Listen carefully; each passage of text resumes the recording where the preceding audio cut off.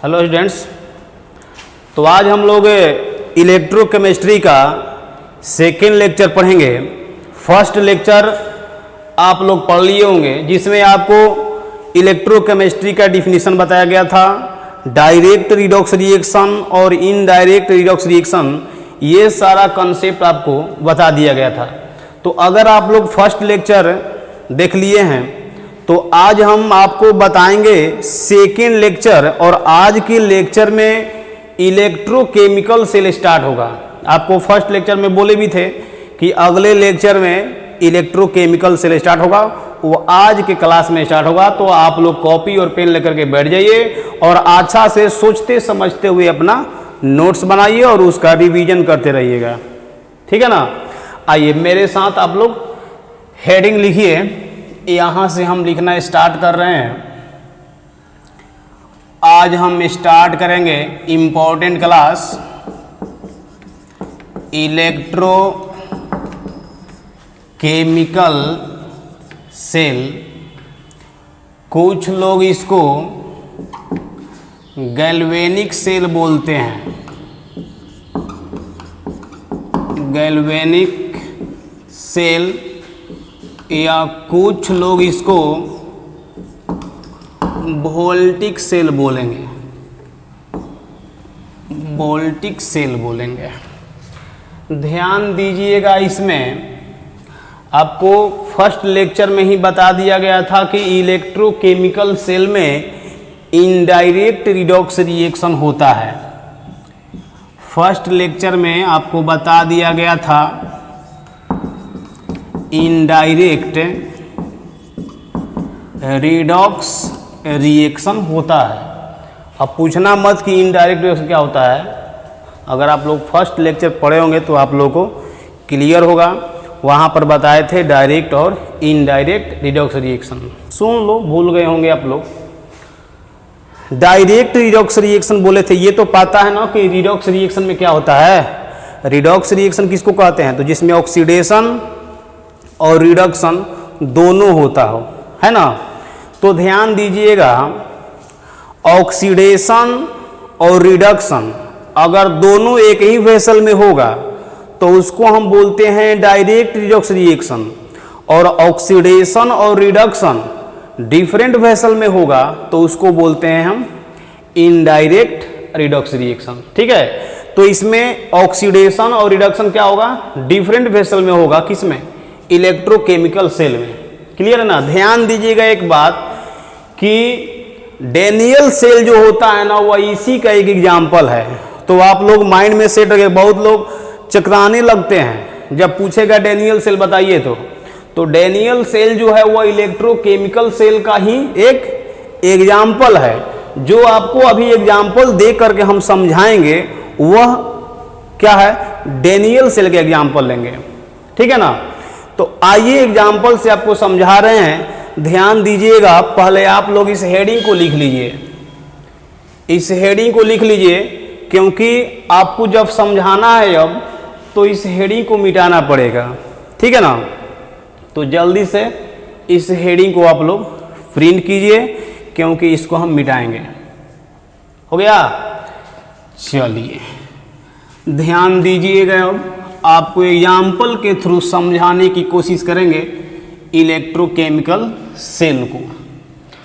आइए यहाँ पर ध्यान दीजिएगा, ये तो आपको पता चल गया है कि इसमें ऑक्सीडेशन और रिडक्शन डिफरेंट वेसल में होगा।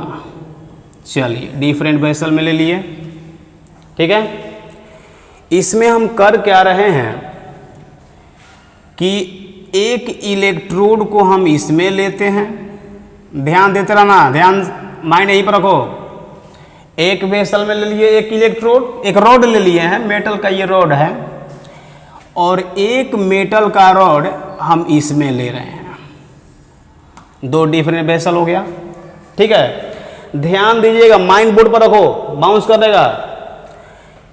ये जो रॉड लिए हैं हम, ये रॉड लिए हैं जिंक का, ये रॉड किस मेटल का है, तो जिंक रॉड है। ध्यान दीजिएगा यहाँ पर इलेक्ट्रोकेमिकल सेल में जिस मेटल का ये रॉड होगा उसी का आपको सॉल्ट सॉल्यूशन लेना है। अब ये जिंक का रॉड है ना, तो जिंक का ही इसमें सॉल्ट सॉल्यूशन होना चाहिए। तो यहाँ पर हम जिंक का ही सॉल्ट सॉल्यूशन लेंगे और चलिए सॉल्ट सॉल्यूशन हम ले रहे हैं ZnSO4। क्लियर है? अब ध्यान दो, अगला नंबर जो वेसल है इसमें हम इलेक्ट्रोड ले रहे हैं, रॉड वह ले रहे हैं कॉपर का रॉड ले रहे हैं, कॉपर का रॉड ले रहे हैं। तो जब कॉपर का रॉड लिए हैं तो बोलो इसमें आप सॉल्यूशन किसका लेंगे? तो कॉपर का ही सॉल्ट सॉल्यूशन लेंगे और कॉपर का जो सॉल्ट सॉल्यूशन है वो ले रहे हैं CuSO4। क्लियर है? अब आपको क्या करना है, ध्यान दीजिएगा, ये एक्सपेरिमेंट के थ्रू, ये तो पता आपको होगा या नहीं पता है तो कोई दिक्कत भी नहीं है। अब आप लोग बोर्ड पर ध्यान दीजिए, ये एक्सपेरिमेंट किया गया, दोनों को क्या कीजिए कि आप कनेक्ट कीजिए, दोनों ही हाफ सेल को, ये जो है ये अलग वेसल है, ये अलग वेसल है, दोनों को क्या कीजिए कि कनेक्ट कीजिए। चलिए दोनों को हम जोड़ दिए। ठीक है, ये क्या है आप सोचते होंगे, तो ये बता देते हैं आपको, ये वोल्ट मीटर है, ये वोल्ट मीटर है भी। अब देखो यहां पर माइंड नहीं रखो, अब दोनों को ऐड कर दिए हैं। ये एक्सपेरिमेंट किया गया कि जब दोनों को ऐड किया गया तो देखा गया कि किसी एक रॉड का वेट पहले से बढ़ गया है और किसी एक मेटल का जो रॉड आप लिए हैं किसी का घट गया है। समझे? तो भाई सोचा, सब हमारे साइंटिस्ट लोग सोचे कि ऐसा हुआ क्यों। जब दोनों को हम कनेक्ट किए तो एक रॉड का वेट घट गया जबकि एक जो रॉड है उसका वेट बढ़ गया, तो ऐसा क्यों हुआ? ठीक है, तो आपको अभी पता नहीं है, ये एक्सपेरिमेंट किया गया, ये जिंक रॉड है और ये कॉपर का रॉड है, तो आपको पता नहीं, अब पता हो जाएगा। जब दोनों को कनेक्ट किया गया तो देखा गया कि जिंक जो रॉड है उसका वेट पहले से घट गया है, जबकि कॉपर रॉड का जो वेट था वह जुड़ने के बाद क्या हो गया है? बढ़ गया है। तो यहां पर दिमाग लोग लगाए, अपना माइंड लगाए कि भाई इसका वेट घट गया, इसका मतलब तो यही हुआ कि ये जिंक जो रॉड है वह जरूर अपने सॉल्यूशन में आया होगा इसमें से, और इसका वेट बढ़ गया, इसका मतलब कि इसमें जो कॉपर है वह जरूर इस पर जा करके क्या होगा? बैठा होगा, तभी तो ऐसा हुआ होगा, लिबरेट हुआ होगा इस पर। क्लियर है ना? तो अब देखो, इसमें जब ये जिंक रॉड आया होगा तो क्यों इसमें जिंक रॉड आया? पहले देखो, पहले सवाल यही आएगा कि जिंक रॉड इसमें आता है तो वह किस तरह से आता है, और कॉपर जो इसमें था वह किस तरह से अपने कॉपर रॉड पर लिबरेट होता है। क्या समझ में आ रही है? यहां तक बहुत ही इंपॉर्टेंट है, माइंड यहां रखो, थोड़ा सा भी करेंगे इसका काम खत्म हो जाएगा, माइंड बाउंस कर जाएगा। ठीक है, तो अच्छा समझा रहे हैं, माइंड को यहीं पर रखिए, तब जाकर के क्लियर होगा, ऐसे क्लियर होने वाला नहीं है, रटते रह जाइएगा। समझे ना? तो ये जिंक रॉड इसमें आ रहा है, तो ध्यान दीजिएगा, जब जिंक रॉड अपने सॉल्ट सॉल्यूशन में आता है, ठीक है, तो ऐसे नहीं आता, आयंस के फॉर्म में आता है। ध्यान दीजिएगा, यहां पर ये जो जिंक रॉड आपको दिखाई दे रहा है यहां पर, ये जब अपने सॉल्ट में आता है ना, तो ये हो गया, यहां पर ये हो गया Zn। चलिए यहां पर लिख दें, चलो यहां लिख देते हैं, ये Zn हो गया। इसका क्या होता है कि ऑक्सीडेशन होगा। ऑक्सीडेशन का मतलब ये क्या करता है कि अपने 2 इलेक्ट्रॉन को लॉस कर देता है। जिंक अपने सॉल्ट सॉल्यूशन में जिंक है, अपने सॉल्ट सॉल्यूशन में आया आयंस के फॉर्म में, और 2 इलेक्ट्रॉन यहाँ से क्या किया, रिलीज कर दिया। समझ रहे हो। और जैसे ही 2 इलेक्ट्रॉन को रिलीज किया, ये इलेक्ट्रॉन इस तरह से जाने लगे, ये इलेक्ट्रॉन, और यहाँ पर वोल्ट मीटर है, तो वोल्ट मीटर का ये डायरेक्शन है। 2 इलेक्ट्रॉन आया इसमें आएगा, ये आपको पता है ना, यह कैसे टूटेगा, यह टूटेगा कॉपर पर 2+ और SO4 पर 2-। ये जैसे ही 2 इलेक्ट्रॉन का एंट्री यहाँ पर होगा, कॉपर पर 2+ है, तुरंत यह क्या कर लेता है कि कॉपर पर जो 2+ था, यह दोनों ही इलेक्ट्रॉन को ले लेता है और ले करके बना देता है Cu। और जैसे ही यह Cu बनेगा, तुरंत अपने कॉपर के रॉड पर जा करके बैठने लगता है ऐसे। फिर ये प्रोसेस हमेशा चलते रहेगा। ये जिंक रॉड अपने सॉल्ट सॉल्यूशन में आएगा, फिर यह जैसे ही इसमें आएगा, अपने 2 इलेक्ट्रॉन को लूज कर देता है। लूज करने के बाद ये फिर इलेक्ट्रॉन ऐसे आएगा, दोनों आने के बाद कॉपर ++ इसमें एक ही नहीं है, बहुत सारा ऐसा है, गेन करेगा और फिर कॉपर रॉड पर। समझे। अगर बीच में अगर आप कहीं पर भी अगर लाइट भी अगर बल्ब लगा देते हैं बीच में कहीं पर भी, तो वह बल्ब क्या होता है, जलने लगता है, लाइट देने लगेगा। समझ रहे हो। वो बल्ब कहीं पर भी सर्किट में कहीं लगा दीजिएगा तो बल्ब लाइट देने लगेगा। लेकिन ध्यान देना, देखा गया कि कुछ समय के बाद 10-12 मिनट के बाद वह बल्ब अपने ही से बंद हो गया, अपने से ही स्टॉप हो गया। तो यहां पर दिमाग लोग लगाए कि आखिर ऐसा हुआ क्यों, ऐसा क्यों हुआ कि अगर हम इसमें लाइट लगाते हैं बल्ब कहीं पर भी, तो वह अपने से ही स्टॉप क्यों हो गया, जबकि अच्छा तो ये काम कर रहा है इसमें। समझे। तो लाइट ऑफ होने के पीछे, बल्ब जो आपका ऑफ हुआ है उसके पीछे रीजन देखिए क्या है। ध्यान देना, माइंड यहां पर रखो, ध्यान दीजिएगा। यहां पर ये जिंक रॉड अपने सॉल्ट सॉल्यूशन में आ रहा है, 2 इलेक्ट्रॉन का लॉस, दोनों इलेक्ट्रॉन तो इधर आ गया। समझ रहे हो। कॉपर यहां पर गेन, इलेक्ट्रॉन को गेन करके कॉपर बना और इसमें अपने रॉड पर जा रहा है। फिर इसमें से Zn आया, 2 इलेक्ट्रॉन का लॉस किया, Zn++ बना, 2 इलेक्ट्रॉन यहां से निकल गया। तो मेरा कहने का मतलब आपको बता रहे हैं कि ये बाद में कुछ समय के बाद क्यों ये स्टॉप हो जाता है। एक बात और आप लोगों को पता होगा कि इलेक्ट्रॉन जब इस तरह से चल रहा है तो करेंट इसके ऑपोजिट डायरेक्शन में चलता, इतना तो आप लोगों को पता होगा, मतलब सेंस आप लोगों को इतना होना चाहिए, करेंट इसके ऑपोजिट डायरेक्शन में चलता है, ये पता होना चाहिए। क्लियर है। अब ध्यान दो, करंट इसके, इलेक्ट्रॉन ऐसे तो करंट ऐसे जाएगा, ये पता होना चाहिए। हाँ, बात आपको बता रहे थे कि 2 इलेक्ट्रॉन जो लॉस कर रहा है, 2 इलेक्ट्रॉन तो यहां से निकल गया, इसमें क्या हो रहा है कि Zn++ का जो कंसंट्रेशन है वह इंक्रीज कर रहा है। नहीं समझे। इसमें जो ये रॉड है, रॉड इसमें आ रहा है, आने के बाद इसका हो रहा है ऑक्सीडेशन, और ऑक्सीडेशन होने के बाद 2 इलेक्ट्रॉन यहां से निकल रहा है, लेकिन Zn++ तो इसी में है ना समझे। फिर इसमें से Zn आएगा इसमें, फिर उसका ऑक्सीडेशन होगा, 2 इलेक्ट्रॉन का लॉस, फिर दोनों इलेक्ट्रॉन इधर, Zn++ फिर इसमें बन गया।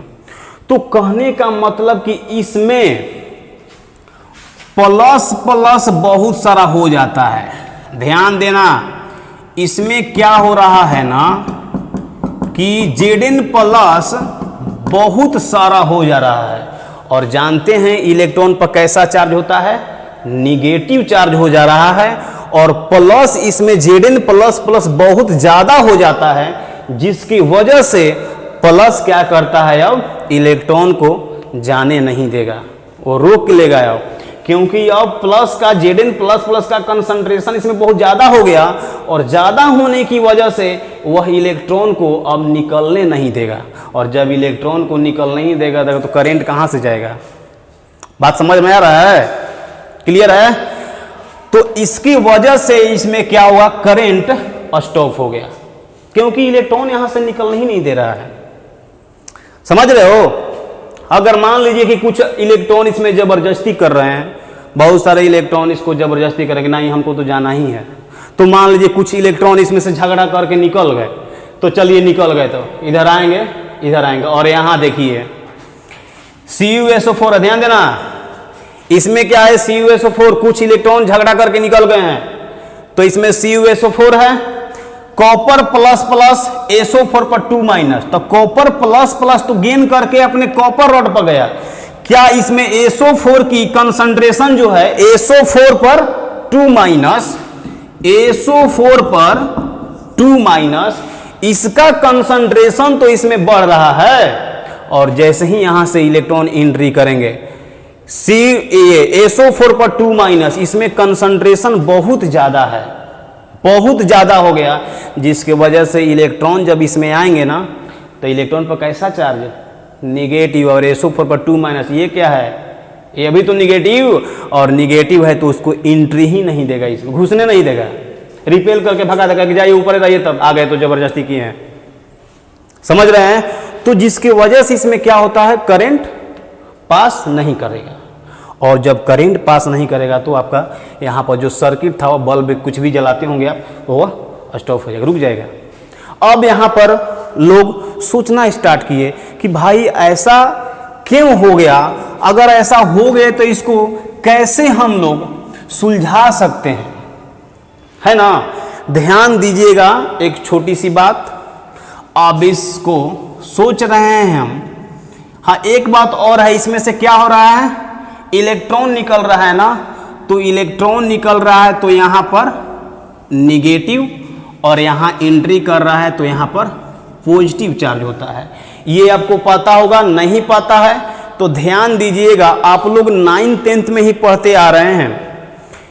यहाँ पर निगेटिव को एनोड बोलते हैं, कहें कि सर हम तो पॉजिटिव को पढ़े हैं, हाँ बता रहे हैं, और पॉजिटिव को क्या बोलते हैं, कैथोड बोलते हैं। ध्यान दीजिएगा, अगर एनोड और कैथोड दोनों एक ही वेसल में होगा, यानी कि अगर डायरेक्ट रिडॉक्स रिएक्शन होगा, डायरेक्ट, तो पॉजिटिव को बोलते हैं एनोड और निगेटिव को बोलते हैं कैथोड। अगर कैथोड और एनोड डिफरेंट वेसल में होगा तो निगेटिव को एनोड बोलते हैं, पॉजिटिव को कैथोड बोलते हैं। कहने का मतलब कि इलेक्ट्रोकेमिकल सेल में निगेटिव को एनोड और पॉजिटिव को कैथोड बोलेंगे। कोई दिक्कत है तो बोलिए, क्लियर है? चलिए इतना समझ गए। अब देखो, इसको बोला जाता, ये तो रिएक्शन समझ गए, क्लियर है ना? इसको बोला जाता है, ये लोग बोलते हैं कि ये हाफ सेल, या कुछ लोग कहते हैं इलेक्ट्रोड, ठीक है, यह भी वही है, इसको भी लोग बोलेंगे हाफ सेल, या कुछ लोग इसको क्या बोलते हैं, इलेक्ट्रोड बोलते हैं, इलेक्ट्रोड बोलते हैं। क्या कोई दिक्कत है? अब यहां पर सवाल ये उठा कि भाई अब यहां पर तो ये करंट जो है पास ही नहीं हो रहा है, तो इसको कैसे रोका जाए? तो इसको रोकने के लिए एक सिस्टम इसमें लगाया गया, और वो ध्यान दीजिएगा वो सिस्टम क्या था, यहां पर एक यू शेप का ये लगाया गया। इस यू शेप में, ये जो यहां पर लगाया हुआ है यू शेप का, इस यूट्यूब में जो है, ध्यान दीजिएगा, यहां तो जगह नहीं है, हम लिखना पड़ेगा, यहां पर लिख दें, यहां पर जेल पेस्ट भरा गया। किसका जेल पेस्ट आपको बता रहे हैं अभी, इसको बोलते हैं हम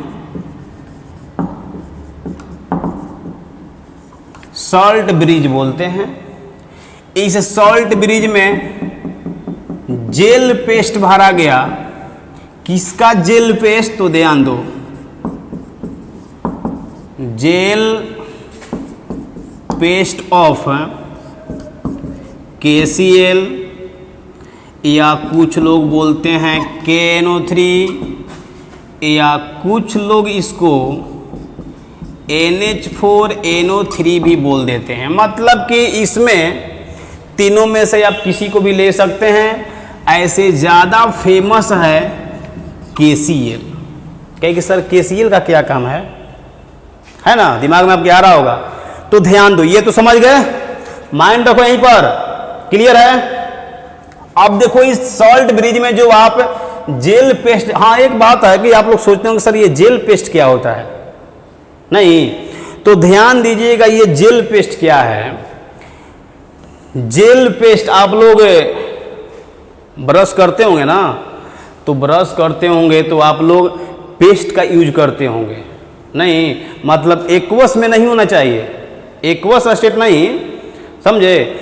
जेल के जैसा मतलब कि थोड़ा गाढ़ा टाइप का होना चाहिए। जैसे आप लोग ब्रश करते होंगे तो पेस्ट का यूज करते होंगे, उसी तरह से इसमें डाल दिया जाता है इसका पेस्ट बना करके, ठीक है। एक्वस में नहीं, अब ये नहीं कि इसमें एक्वस डालेंगे तब तो इसमें वाटर आने लगेगा, तो वाटर को नहीं आने देना है, समझ रहे हो।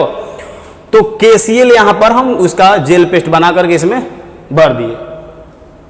अब देखिए इसका काम क्या है, ये काम क्या करता है। कहीं कहीं तक काम ही पूछ देता है कि KCl इसमें मतलब सॉल्ट ब्रिज में जो जेल पेस्ट भरते हैं इसका काम क्या है, ठीक है। तो ध्यान दीजिएगा ये काम इसमें क्या करेगा। अब हमको ये बताइए कि यहां पर इसमें से सॉल्ट में आया, ऑक्सीडेशन होगा, Zn++ बना, 2 इलेक्ट्रॉन यहां से निकल गया। निकलने के बाद ये Cu++ क्या किया, दोनों को गेन किया, और गेन करने के बाद कॉपर, और कॉपर जैसे ही बनेगा अपने रॉड पर जाकर के लिबरेट हो गया। क्लियर है। अब देखो जैसे ही Zn++ बना, Zn++ इसमें बना है ना, अब यहां से Cl- का एंट्री होगा इसमें, Cl- और Zn++। देखिए क्या करेगा ये, Zn++ के साथ Cl- का एंट्री होगा और बनाएगा ये ZnCl2। ये न्यूट्रल कर दिया इसको, Zn++ को, समझे। जिस समय Cl- का एंट्री इसमें होगा उसी समय K+ का एंट्री इसमें होगा, क्योंकि कॉपर प्लस तो अपना कॉपर बन के इस पर बैठ गया, SO4 इसमें बचा हुआ है, SO4 पर 2- इसमें है, और K+ का एंट्री इसमें होगा। और होने के बाद ध्यान दीजिएगा K+ SO4 पर 2- ये बनाएगा K2SO4। बैलेंस करना होगा तो कर दीजिएगा। इसको भी न्यूट्रल बना दिया, इसको भी न्यूट्रल बना दिया, समझे। फिर ये रिएक्शन आएगा इसमें, Zn आएगा इसमें, Zn++ 2 इलेक्ट्रॉन, दोनों इलेक्ट्रॉन आएगा इसमें, कॉपर प्लस गेन करके कॉपर रॉड पर, ठीक है। फिर इसमें से सॉल्ट ब्रिज से Cl- का एंट्री होगा, बनाएगा ZnCl2। उसी समय पोटेशियम प्लस का एंट्री इसमें होगा और बनाएगा K2SO4, फिर न्यूट्रल, समझे। ये प्रोसेस हमेशा चलते रहेगा जब तक यह सॉल्ट ब्रिज में जो पेस्ट लिए हैं खत्म नहीं हो जाता है, तब तक यह प्रोसेस चलता रहेगा। तो आप लोग बैटरी कभी लिए हैं, बैटरी लेंगे तो कहता है बैटरी वाले कि इतना साल की गारंटी और इतना साल की वारंटी हम देते हैं, क्योंकि उसको पता है कि हम ये कितना लिए हुए हैं। बैटरी में सेल होता है ना, अरे सेलों का कॉम्बिनेशन बैटरी होता है, समझे। बहुत सारा ऐसा सेल मिलता है तब जाके बैटरी बनता है। ये मत समझिए कि ही बैटरी है, बैटरी ये नहीं है, ये सेल बता रहे हैं। ऐसा बहुत सारा सेल मिलता है तो जाकर बैटरी बनेगा, समझे। तो यहां पर उसको पता है कि हम ये कितना लिए हुए हैं, ये कब खत्म होगा, एक अपना अंदाज बताता है और तब आपको कह देता है कि इतना साल की वारंटी है। क्योंकि उसको पता है कि खत्म होगा ही नहीं उतना दिन में, समझ रहे हैं ना। तो ये प्रोसेस हमेशा चलते रहेगा। चलिए, तो आप लोग पहले क्या कीजिए, इसको लिखिए, इसके नीचे में हम रिएक्शन लिख रहे हैं, ऐसे आपको फिर से बता दे रहे हैं कि Zn++ का इसमें कंसंट्रेशन इंक्रीज करेगा, क्योंकि Zn इसमें बढ़ रहा है तो Zn++ इसमें बढ़ रहा है। यहाँ पर कॉपर प्लस है जो इलेक्ट्रॉन को गेन करके कॉपर पर जा रहा है, तो वहीं इसमें कहेंगे कि कॉपर प्लस का कंसंट्रेशन डिक्रीज करेगा, क्योंकि कॉपर प्लस जो इस सॉल्यूशन में था वह इलेक्ट्रॉन को गेन करके धीरे धीरे अपने रॉड पर जा रहा है। तो कॉपर प्लस का कंसंट्रेशन सॉल्यूशन में क्या हो रहा है, डिक्रीज कर रहा है, जबकि यहां पर इस सॉल्यूशन में Zn++ का जो कंसंट्रेशन है वो क्या हो रहा है, वह इंक्रीज हो रहा है, क्योंकि इस रॉड का वेट धीरे धीरे डिक्रीज कर रहा है। क्लियर है ना। तो जो आपको बात यहां दिखाई दे रहा है वो अब लिखेंगे। तो आप लोग प्रिंट कर लिए इसको, बोलो जल्दी। चलो, तो प्रिंट कर लिए हैं। आइए, इसके नीचे में हम लिखेंगे, यहां पर इसको प्रिंट कर लिए हैं। चलो ध्यान दो, इसको हम मिटाएंगे, मिटा दें, बोलो। चलो मिटाएंगे, क्योंकि अब जो लिखेंगे, ध्यान देना, अब जो लिखेंगे आप लोग इसके नीचे लिखिएगा और इसके नीचे लिखिएगा, फिर मेरा दोस्त मत दीजिएगा, समझना, इधर भी जगह नहीं है, मिटाना ही पड़ेगा। चलो इसको मिटा देते हैं, इसको मिटा देते हैं। चलो ध्यान दो, यहाँ पर जो लिखेंगे वह आप लोग इसके नीचे लिखेंगे, और यहाँ पर जो लिखेंगे वह इसके नीचे आप लोग लिखेंगे। क्लियर है ना, जगह नहीं है इसलिए।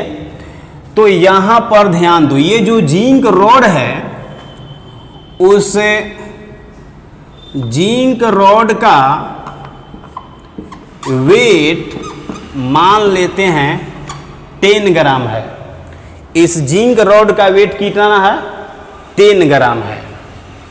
इसके बाद इस सॉल्ट सॉल्यूशन में, इसमें Zn++ है ना, तो मान लेते हैं कि Zn++ का जो कंसंट्रेशन है वह 0.1 है। एम मोलरिटी कंसंट्रेशन पता है ना, ठीक है।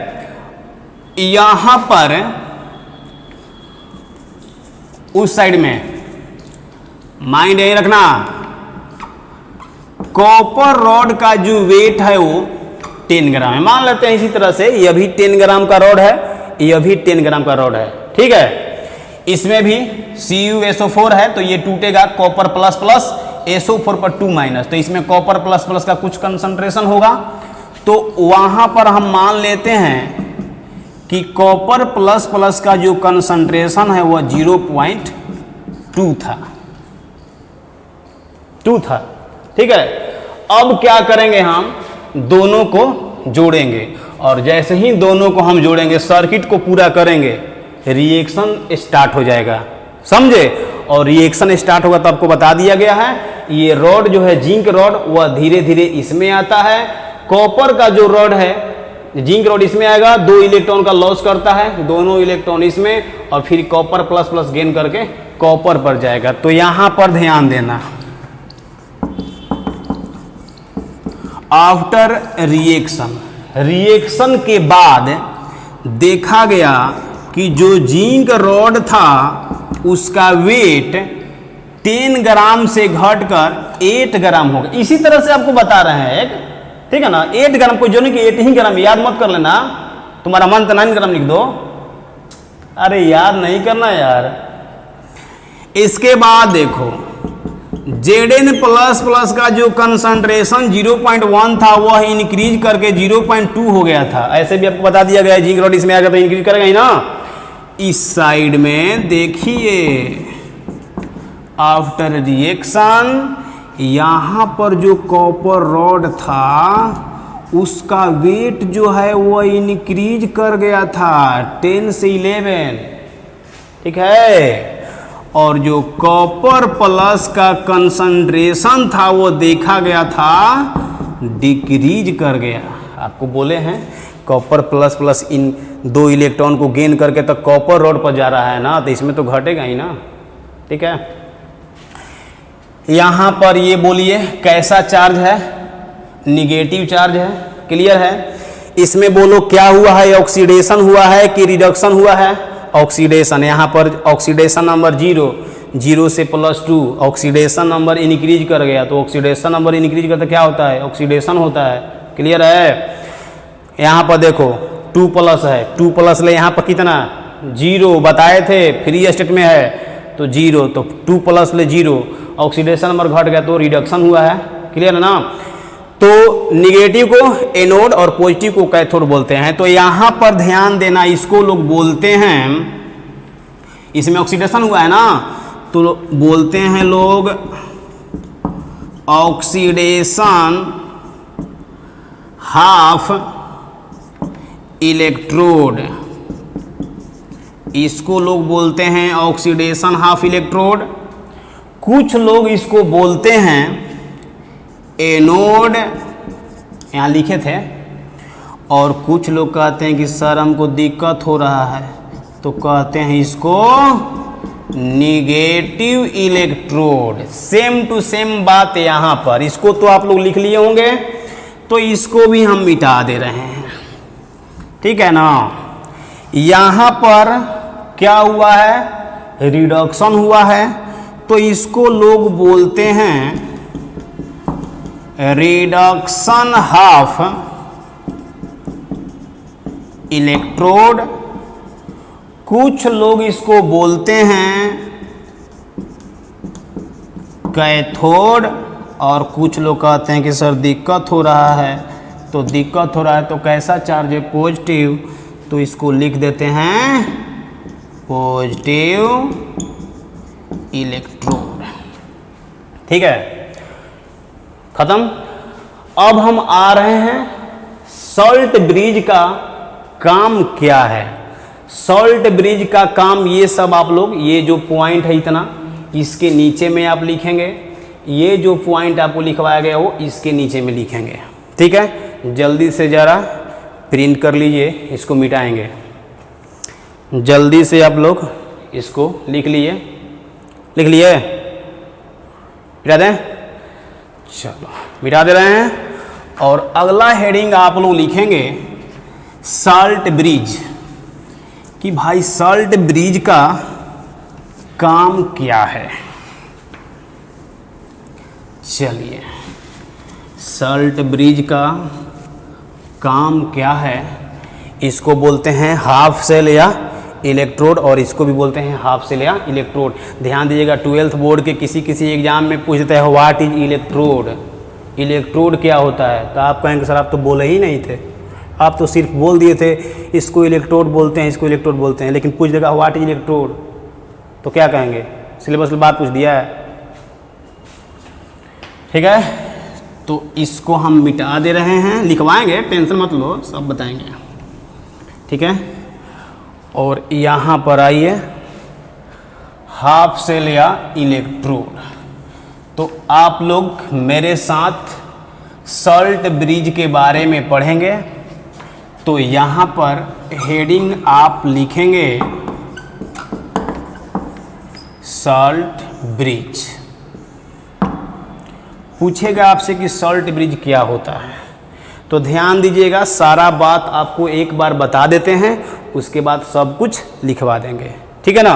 देखो, आपको बताएंगे फर्स्ट पॉइंट में कि सॉल्ट ब्रिज यू ट्यूब होता है, इसमें inert electrolyte KCl, KNO3, NH4NO3 और एक और लिखवा देंगे K2SO4 को इसमें फिलअप किया जाता है, ठीक है। यू ट्यूब आपको दिखाई दे रहा है। चलिए, तो आप लोग फर्स्ट पॉइंट पहले लिख दीजिए यहाँ पर,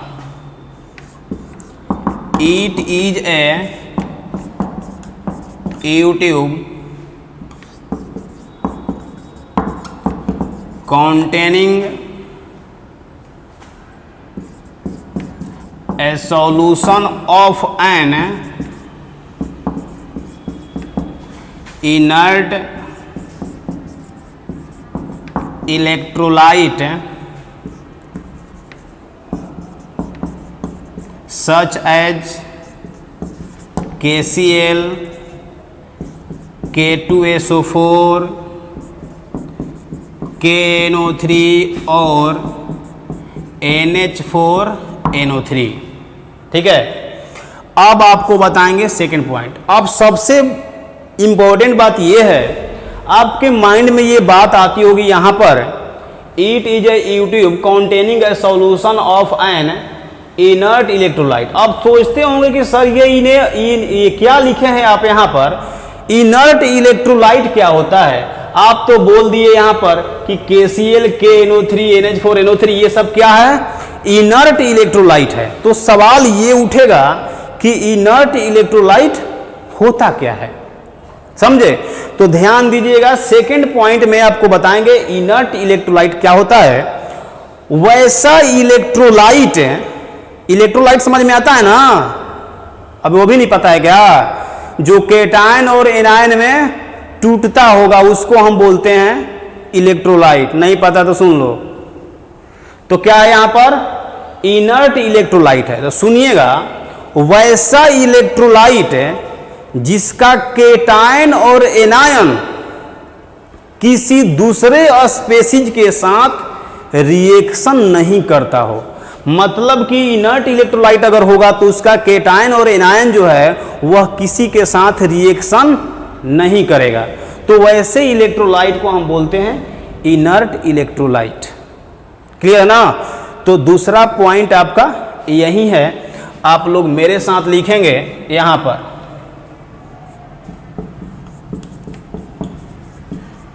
electrolytes which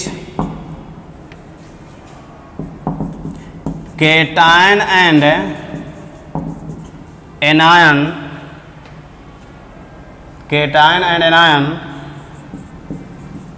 do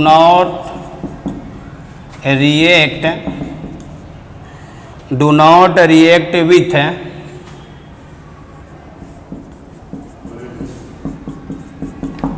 other species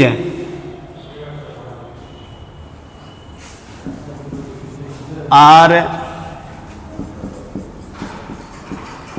known as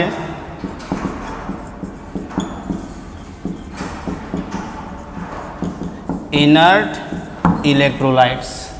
क्या कोई दिक्कत है तो बोलिए, क्लियर है। चलिए, इतना सारा चीज पहुंचने के बाद आपको हम बता रहे हैं थर्ड पॉइंट में। ध्यान दीजिएगा, यहां पर ये दो पॉइंट काफी इंपॉर्टेंट था और थर्ड पॉइंट जो होगा ये बताएंगे आपको कि जो इसमें इनर्ट इलेक्ट्रोलाइट आप लिए हुए हैं, इसमें केटायन और एनायन दोनों का वेलोसिटी सेम होना चाहिए। अब ये वेलोसिटी ऐसा नहीं कि इसमें Cl माइनस का एंट्री हो गया और इसमें K प्लस का एंट्री हुआ ही नहीं, तो वैसे इलेक्ट्रोलाइट को यूज नहीं करना है। मेरी बात समझ में आ रही है। यहां पर ये तो कंफर्म आप हो गए कि इनर्ट इलेक्ट्रोलाइट को लेना पड़ता है। अब इनर्ट इलेक्ट्रोलाइट में कैसे इलेक्ट्रोलाइट को लेना है, तो जिसमें केटायन और एनायन की वेलोसिटी क्या हो, सेम हो। बात समझ में आ रही है। तो थर्ड पॉइंट आपको वहीं लिखवाएंगे, लेकिन आप लोग जल्दी से इसको प्रिंट कर लीजिए। कर लिए हैं, क्लियर है। चलिए, तो बात सब कुछ समझते चलिएगा, नहीं तो बाद में फिर दिक्कत हो जाएगा।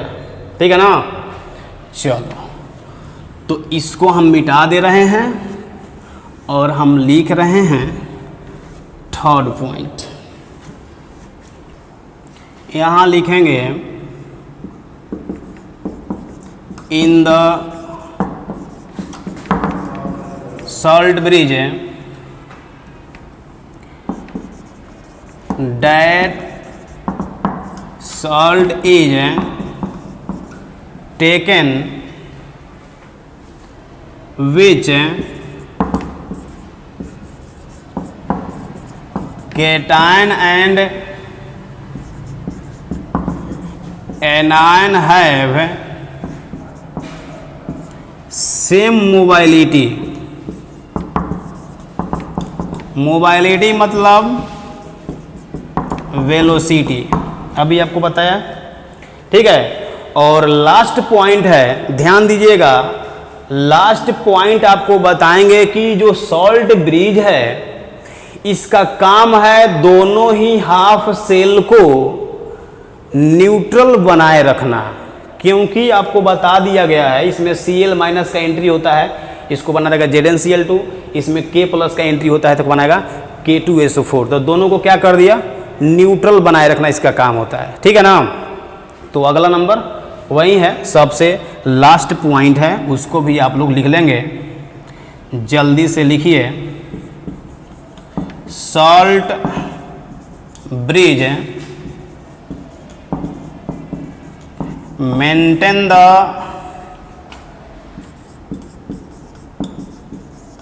Neutrality of solution in both half cell, ठीक है। तो ये था आपके सॉल्ट ब्रिज के बारे में इंफॉर्मेशन था, ठीक है। और आज के क्लास में हम यही लेंगे, अगले क्लास में आपको हम बताएंगे इलेक्ट्रोड क्या होता है, जो आपको यहाँ बता दिया गया है, यह भी हाफ सेल या इलेक्ट्रोड बोलते हैं, इसको भी हाफ सेल या इलेक्ट्रोड बोलते हैं। तो अगले क्लास में आपको हम बताएंगे कि हाफ सेल या इलेक्ट्रोड होता क्या है, ठीक है ना। उसके बाद आपको इलेक्ट्रोड का टाइप बताएंगे, उसके बाद आपको अगले ही क्लास में उसके बाद आपको बताएंगे रेफरेंस इलेक्ट्रोड क्या होता है, उसके बाद आपको बताएंगे इलेक्ट्रोड पोटेंशियल क्या होता है। कहने का मतलब कि जो अगला लेक्चर होने वाला है इलेक्ट्रोकेमिस्ट्री का, वो सबसे महत्वपूर्ण क्लास होगा इलेक्ट्रोकेमिस्ट्री का, सबसे इंपॉर्टेंट क्लास होगा, क्योंकि उसमें आपको इलेक्ट्रोड पोटेंशियल के बारे में बताएंगे, हाइड्रोजन इलेक्ट्रोड क्या होता है, मतलब पूरा क्लास जो है वो इलेक्ट्रोड पर होगा, इलेक्ट्रोड पोटेंशियल पर होगा, ठीक है। तो आज के क्लास में यहीं पर हम ब्रेक लेंगे, मिलेंगे आपसे हम अगले लेक्चर में, ठीक है। ओके, थैंक यू आज क्लास में प्रेजेंट होने के लिए, थैंक यू।